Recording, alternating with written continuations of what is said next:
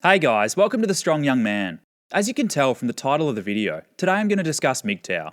MGTOW stands for Men Going Their Own Way. The movement came about because of the unfair advantages that women have over men in the modern world, generated by third wave feminism.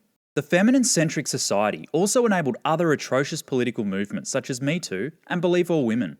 A lot of modern Western women with a bad relationship to masculinity evolve into radical feminists as they move through their 20s. The ruthless attitude that they form towards men as they approach the wall makes them unpleasant to be around.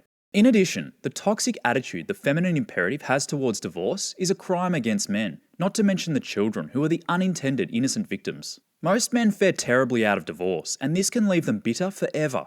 Women can be heartless creatures too, and being burned like this over and over again can cripple you emotionally for a long, long time. When this happens enough, your unconscious mind will seek to protect itself to prevent future exposure. Human males have not evolved to complain when things don't go their way. Our ancestors that survived the brutality of the Paleolithic era survived by adapting to changes in the surrounding environment. It wasn't the men that complained the loudest that survived the jungle. This primitive biology is still alive in all men today. There are a lot of risks with associating with modern women these days, and unfortunately, a common adaptation is for men to unsubscribe from women altogether. Men are going their own way to protect themselves. This adaptation solves the problem, but unfortunately, it will lead to a reproductive dead end. I understand why men go down this path. Although I've been blessed to have never personally experienced the brutal side of female nature, I've seen it happen to people I'm connected with, and it's ugly. I identified as MGTOW for several years in my 20s when I came into awareness of things that I could not unhear or unsee. It was a tough pill to swallow, even when I had not experienced any trauma at the hands of a woman. To this day, I've never been cheated on, I've never been dumped by a woman, and with the exception of the extremely toxic types, my interactions with women have been overwhelmingly positive. Nevertheless, the elimination strategy of MGTOW was my preferred lifestyle to protect me from experiencing the trauma that I had seen others go through. Prevention is better than cure, they say, and yes, it is the only way which is sure to completely shield a man from the darker aspects of female nature, but it is a dangerous mindset. The notion of MGTOW is a form of isolation, and isolation, over the long term, exposes you to more dangers than it protects you from. Isolated humans in the Paleolithic era were quickly wiped out by predators and other tribes. This is still the same today, with the most powerful and influential people being the ones who are most connected with society. Conversely, the isolated are often the most vulnerable to exploitation. Humans are social creatures who have always lived in cooperative groups. We thrive off social interaction. The harshest punishment we offer in Western countries, besides the death penalty, is social isolation, in prison. Additional isolation techniques can be implemented to further isolate inmates from other inmates through the use of solitary confinement. Social isolation is not good. Prolonged social isolation can cause severe psychological disturbances to animals and humans alike. Harlow was one such psychologist of the 1950s that conducted experiments on infant rhesus monkeys to determine the effects of maternal deprivation. Harlow separated the monkeys from their mother and isolated them in chambers and created inanimate surrogate mothers for the rhesus infants from wire and wool. Each infant became attached to its particular mother, recognising its unique face and preferring it above others. Later in his career, he cultivated infant monkeys in isolation chambers from which they emerged intensely disturbed. Abnormal behaviour that was observed included blank staring, repetitive circling in their cages, and self-mutilation. One of 6 monkeys isolated for 3 months refused to eat after release and died 5 days later. The autopsy report attributed death to emotional anorexia. The effects of 6 months of total social isolation were so devastating and debilitating, and 12 months of isolation almost obliterated the animals socially. Obviously, MGTOW will not cause psychological disturbances like this, but it will cause other problems for men. By isolating yourself away from women altogether, you lose touch with the social marketplace and what is happening in the world between men and women. You cut yourself off from society because you avoid being friendly in social situations where women are present. You close more doors than you open when it comes to opportunities. You also prevent yourself from experiencing the positive characteristics that women provide, such as empathy, sensuality, and that feminine aura that women emit. This aura can be recharging, especially to a man who is more masculine in his energy. Ultimately, you will have to deal with women in some capacity eventually. If you go your own way and isolate yourself, there is no distinction between a fortress and a prison that you create for yourself, and this will totally and utterly limit your ability to unlock your full potential. On your rise to greatness, it's imperative that you learn to associate and master your dealings with women. Avoiding women leaves you ill-equipped to deal with certain situations, which will be essential if you are to make it to key positions in your life. The biggest problem with the MGTOW movement is that it is turning radical. It is turning into a passive-aggressive hate movement, similar to third-wave feminism. This is not a good solution to problems. If you understand the problems with modern feminism, then you should understand the problems with a radical MGTOW movement. Both movements act to segregate the sexes even further. If you are going to quit the game, then do so in a way that doesn't affect anyone else. There are ways to be peaceful in your MGTOW lifestyle without influencing others who haven't matured enough to make their own choice.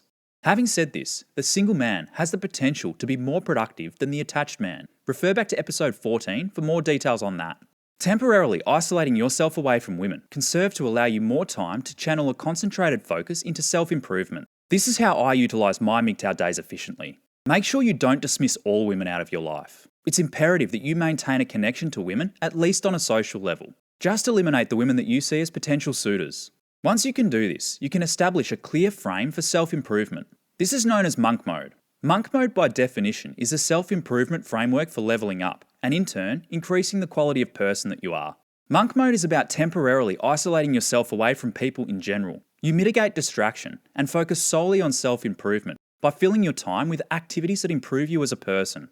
A big part of MGTOW monk mode is deliberate sexual abstention. Sexual transmutation, or semen retention, is about taking the sexual energy that's building inside you and channeling it into something productive. The human mind responds to stimulation, the most powerful stimuli being the urge for sex. Sexual energy is built up the longer that you are deprived of a release, and when harnessed and transmuted, the driving force is capable of taking you to the next level.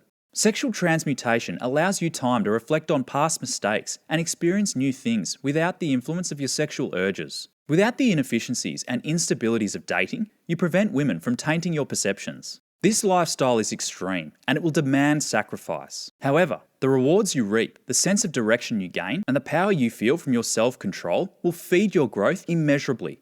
To do this, you're going to have to limit your time committing to social obligations and junk activities. These activities consume your time with a negligible increase to your sexual market value. Monk mode is a serious commitment, which is not to be half-assed. You're either doing it or you're not. It'll be a struggle in the beginning, but once fully engaged, it can be productive, beneficial, and dare I say it, even addictive. This form of stepping back to leap forward only works if you eventually break out of your isolation and thrust yourself forward to set yourself up for the rest of your life. Many great thinkers have been generated by their isolation away from society in prisons, such as Malcolm X, 50 Cent, and Nelson Mandela. You must be careful not to isolate yourself away from society for too long, or else you risk becoming institutionalised and unable to integrate yourself back into society. The longer you stay in monk mode, the harder it is to break out of, and the more that it will cost you in the long run.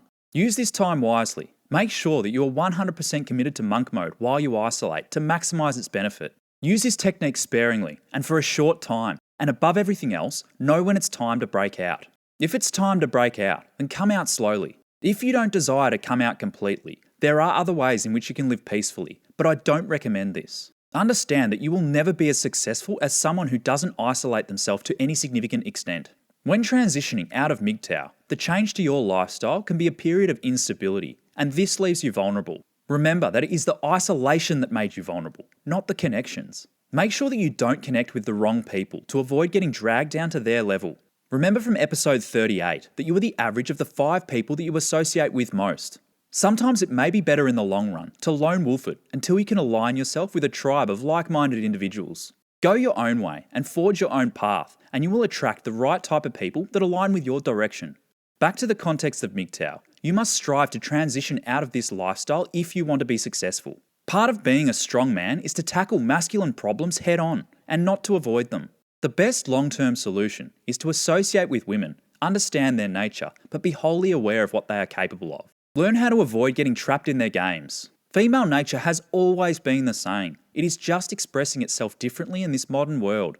Understanding female nature is considered as having taken the red pill, which comes from the Matrix, in which Morpheus, the god of sleep, offers Neo a choice between a blue pill and a red pill. Taking the blue pill results in remaining in blissful ignorance of reality, and taking the red pill results in understanding an unpleasant but otherwise life-changing truth. You must take the red pill and unplug from the Matrix. Interestingly, the word Matrix actually comes from the Latin word mater, which means mother. Hence, the Matrix represents the cultural, social, and political environment that the feminine imperative encompasses.